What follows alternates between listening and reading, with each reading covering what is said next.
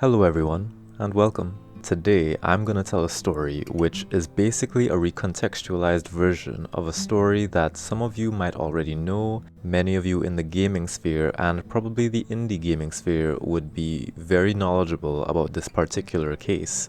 And for those of you interested in true crime stories, I'm pretty sure this tale will at least pique your interest just a little bit. So our tale today is set at the town of Gracewind, a relatively small and inconspicuous settlement in the Pacific Northwest of the US. The area is known for the sprawling and stunning natural environments that surround it, forests and wildlife as far as the eye can see, making it a great place to live for those who don't necessarily enjoy the hustle and bustle of the typical concrete jungles. It is here in 1991 that Leon Ashbloom, a 26-year-old bartender at a local restaurant and theater, goes about his daily life. Leon had lived in the Brooklyn, New York area prior to being at Gracewind, and despite working at his job for a year, he had already made an impression with how well he took to his duties at the establishment, such that he had enough spare time to pursue his hobby in being a fictional writer and poet.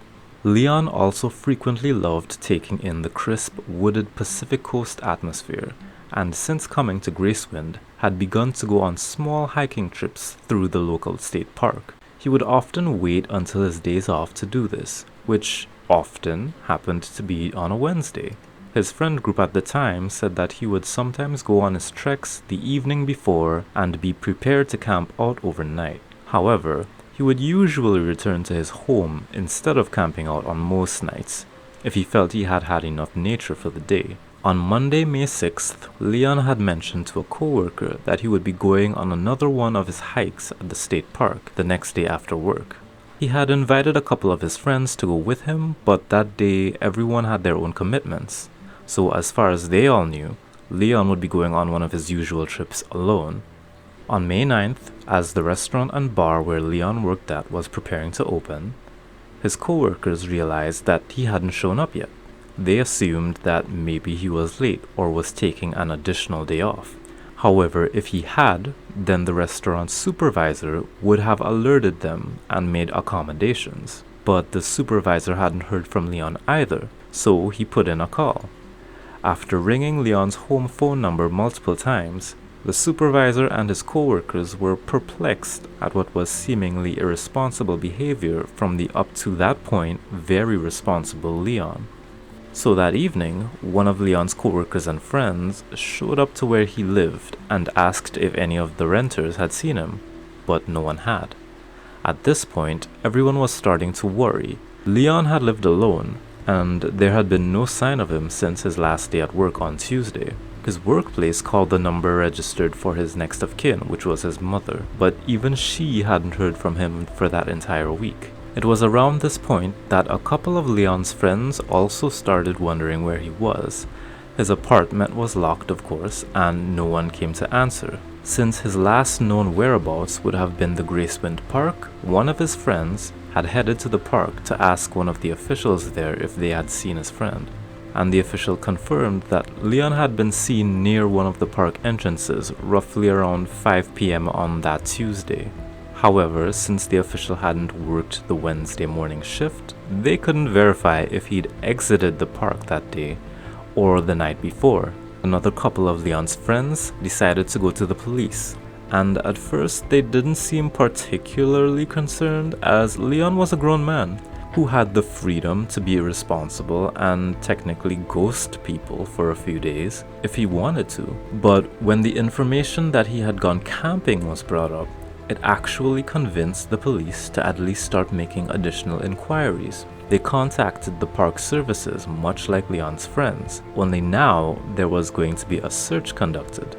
The park rangers and the police all canvassed the area for 2 days and found no real trace of Leon. They couldn't even distinguish where he might have camped overnight. And so, in the days that followed, missing persons posters were placed for Leon Ashbloom all over the Gracewind area. But despite all the efforts, Leon never turned up.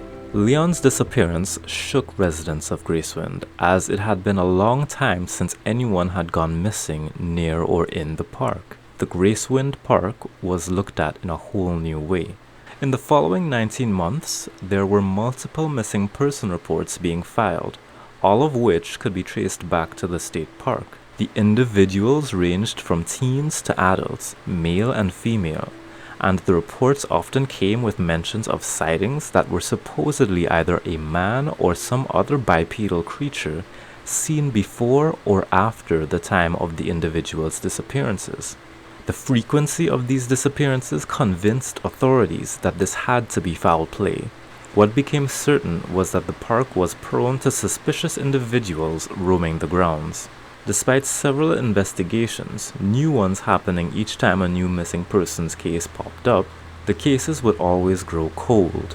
That is, until the holiday season of 1992, when a man walked into the police station to report that he had just been attacked at Gracewind State Park. John Dempsey, he had been on a traditional camping trip that he'd usually take around the holiday season. He had been hiking down the Wild Side Trail on the western side of the Gracewind Lake when he was suddenly approached by a man from behind. The man muttered something that felt like a request to him as he approached. As John was turning around to face the man directly, John claims the man suddenly lunged at him from behind and pulled him off the trail into the brush on the southern side, attempting to incapacitate him as he went.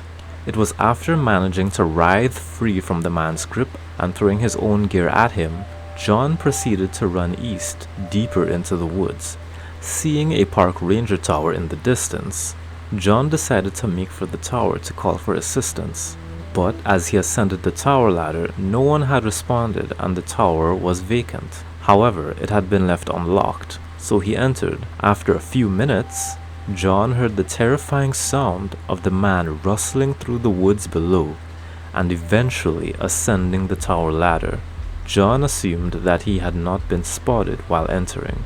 John had hidden himself underneath the bed frame in the tower to prevent himself from being seen from the exterior. All the while, his unknown attacker began banging on the door, yelling for John to come out. John didn't budge, as he had hoped that the pursuer wasn't sure that he was actually in there. Several minutes passed before the banging subsided, and once John felt it was safe to move again, he got up and surveyed the outside of the tower. He hadn't known where the man had gone, but he decided on waiting till nightfall to cover his escape back to civilization. It was around 8 p.m. when John made it out of the state park safely. It was while making his report and describing what he had seen of the man that the police came up with a profile, and it wasn't long before the suspect in the sketch was pointed out to be one Michael Leeds. Michael was a local farmer in Gracewind and had been for the last 20 years. Locals mentioned that the Leeds family had gone through hard times in the past. No one initially thought that he might be the reason for the string of disappearances in the area given how busy he would have been, but Michael was by far the most promising suspect in bringing the mystery of the park's rash of disappearances to a close. It was after the interview with Michael, where he denied being in the Gracewind Park that day, that the police checked his alibi to determine if he could be caught in a lie. Michael claimed he had gone to market earlier that day to do business for the busy Christmas season and went back to his farm afterwards. However, after speaking to one of the hands that worked at his farm, police determined that there was an entire 2 hours in which Michael had been unaccounted for that afternoon. This was coupled with the mention that Michael was known in the area as being very familiar with the park and frequented the place. After showing John a photograph of Michael to confirm the police's suspicions, Michael Leeds was arrested on December 26, 1992 for the grievous assault and also suspected involvement in the disappearances of over 6 missing persons in the previous 19 months. He was scheduled to stand trial starting in January of 1993. After Leeds was taken into custody, the word among the Gracewind community was that the person responsible for the disappearances in the park area was finally found. In the years that followed his arrest, no further missing persons cases were filed, and the number of visits to the park had begun to return to what it was before the frequent incidents started occurring. Locals and tourists alike began to enjoy the park more, making it less deserted than it was during the time of the other missing persons cases. Park rangers had become more active since the cases began. However, police and many others were left to wonder if the decrease in disappearances was just a happy coincidence or not. Because while Michael Leeds had indeed been tried for involvement in the disappearances in the park, he had never actually been convicted of said crimes. During Leeds' trial, he had been charged with assault on John Dempsey, and despite many people's certainty that Michael had to also be the one responsible for the disappearances, there simply was not enough physical evidence to tie him to the missing persons cases. What's more was that he had no clear motive, and the questionable behavior he may have exhibited in the past was not enough for the jury to find him guilty.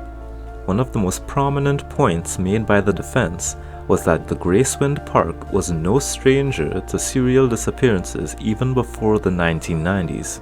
The defense brought forth the statistics in an effort to show that the state park had a problematic and unsettling history long before Michael would have been adequately capable of committing the crimes he was accused of.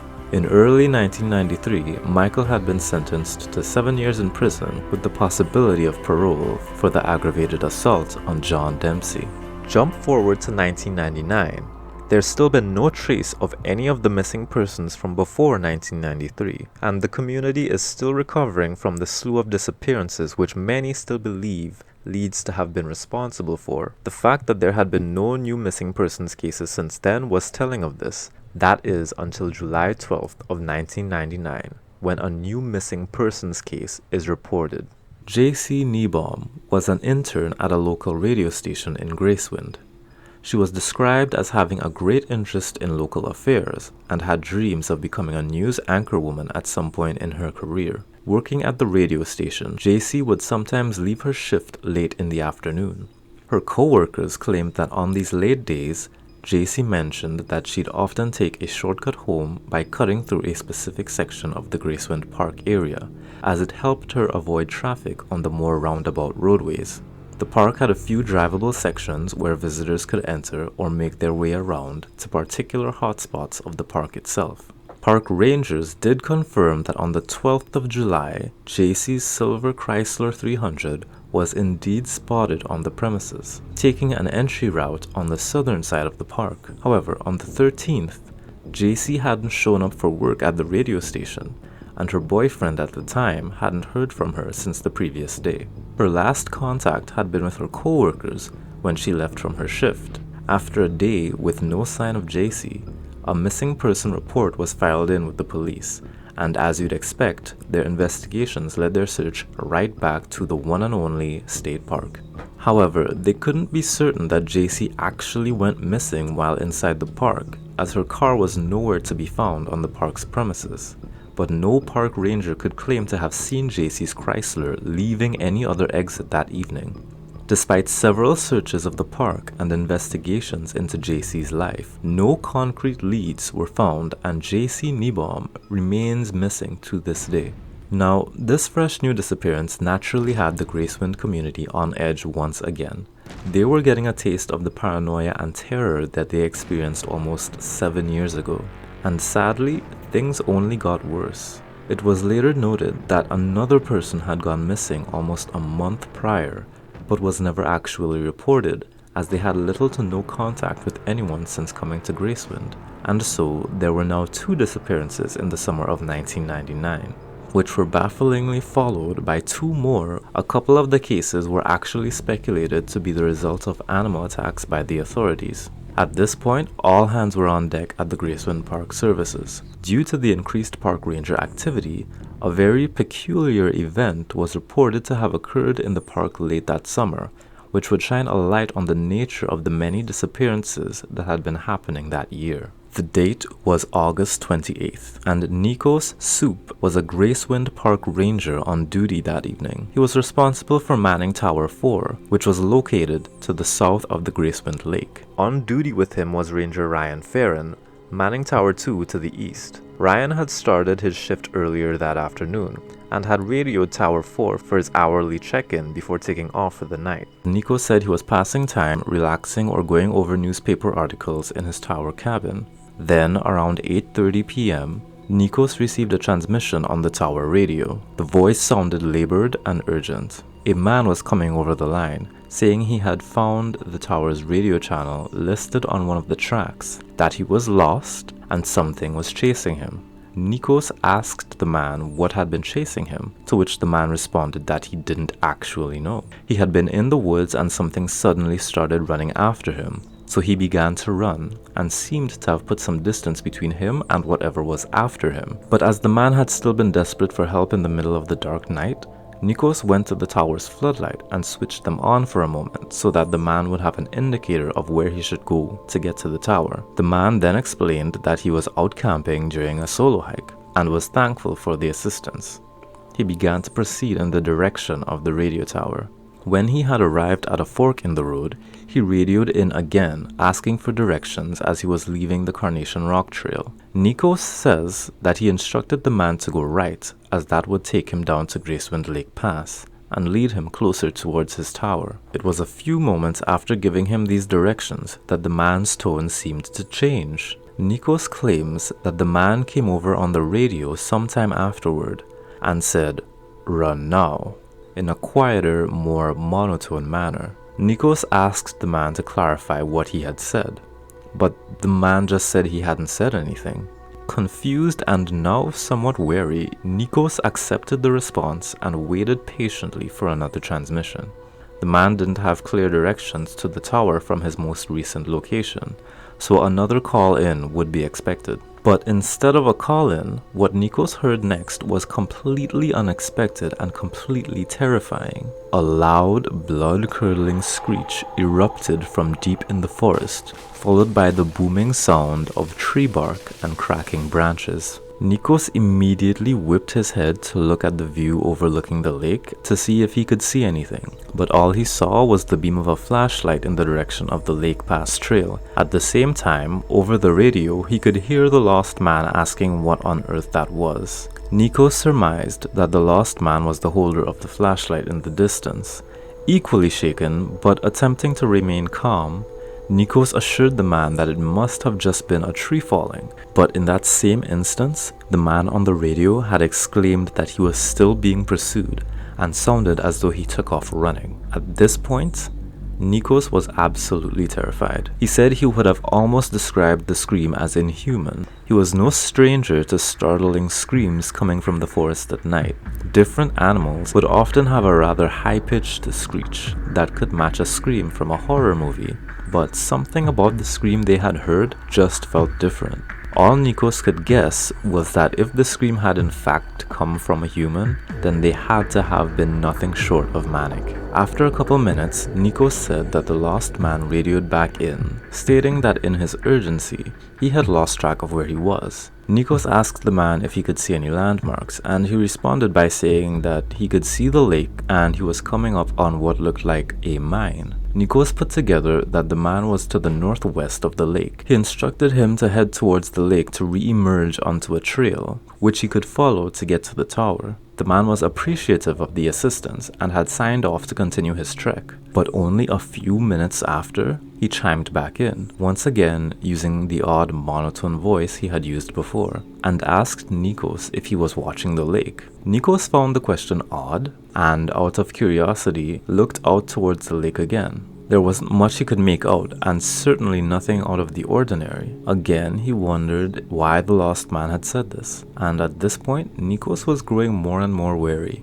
The next few minutes was mostly waiting, with the man chiming in every so often to lament his situation and indicate that he was still en route. He seemed to be growing more resigned and sarcastic, even snickering to himself at one point. Nikos said that the more they spoke, the less he seemed to trust the lost man.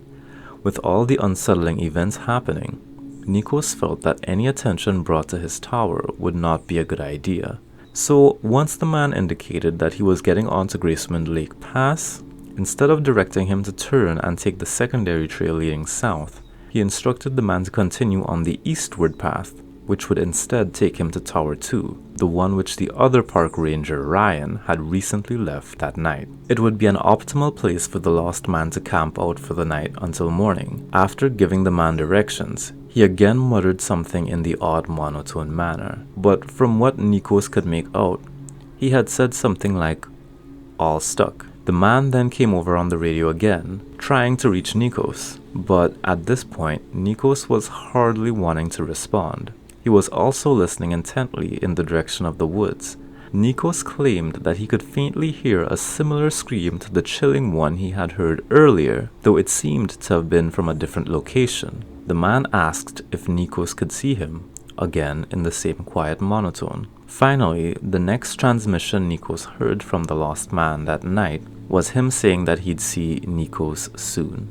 Nikos assumed that since he never told the man that he was sending him to another tower rather than the tower that he was currently stationed at, he would eventually have to explain to the man where he was when the man ascended Tower 2. But another transmission never came. While odd, Nikos just assumed that the lost man accepted that he was safe at Radio Tower 2 and decided to just rest without checking in again. Nikos said he remained listening for further sounds and sightings of what would have possibly been chasing the man, but there was no signs of anything after the whole ordeal was over. The next morning, Nikos tried to reach the man at Tower 2 over the radio, but there was no response. He called his fellow park rangers at Park Services to notify them of his situation from the previous night. Nikos and one of his other fellow rangers met up and made the trek over to Tower 2. When they got there, they found no one. Nikos worried that perhaps the man hadn't gotten there safely. His fellow ranger didn't want him to panic, so he suggested that maybe the man made the trek back earlier when he thought it was safe. However, not a full day passed before Nikos learned that the man he was in contact with that night was indeed missing. His family had come forward making a report to the police. Park Services made note of the incident and notified the authorities on what had happened by Nikos' account. Based on the information of what the lost man had said to Nikos, and the fact that they had found some of the man's personal effects abandoned along the Gracewind Lake Pass, Park Services ruled that the man was most likely a victim of a bear attack on the trail, as there had been an increase in bear sightings near the mining tunnels to the northwest of the lake. Nikos himself, however, had a different speculation, and had researched many of the disappearance cases that he could using archives and various sources, and what he had just experienced the night prior didn't fully make sense. In an interview with the Midnight Star, a local tabloid news outlet, Nikos had claimed that the voice he heard on the radio that night, while at some points understandably panicked, at other times completely different in demeanor.